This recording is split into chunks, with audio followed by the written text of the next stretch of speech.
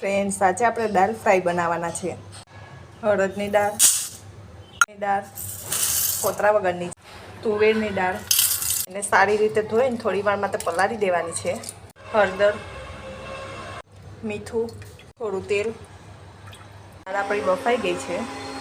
આપણે કઢાઈની અંદર ઘી લઈ લીધું છે.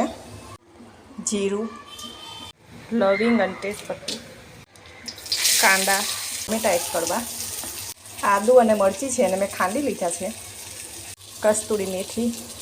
ત્યારબાદ આપણે આ દાળ છે એ એડ કરવાની છે.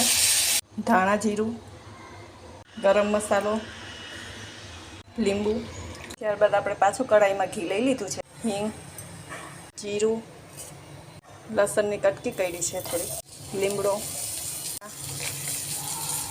થોડી ચટણી, થોડું પાણી એડ કરવું.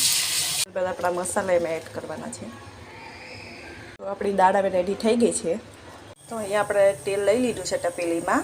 જીરા રાઈસ બનાવવાના છે. થઈ ગયું છે. એમાં આપણે જીરું અને લીમડો એડ કરીશું. બાદ એમાં પાણી એડ કરીશું. આ ભાત છે એને આપણે થોડી વાર પહેલાં પલાળી દીધા હતા. મીઠું એડ કરીશું, થોડું લીંબુ એડ કરીશું. પણ હવે રેડી થઈ ગયા છે.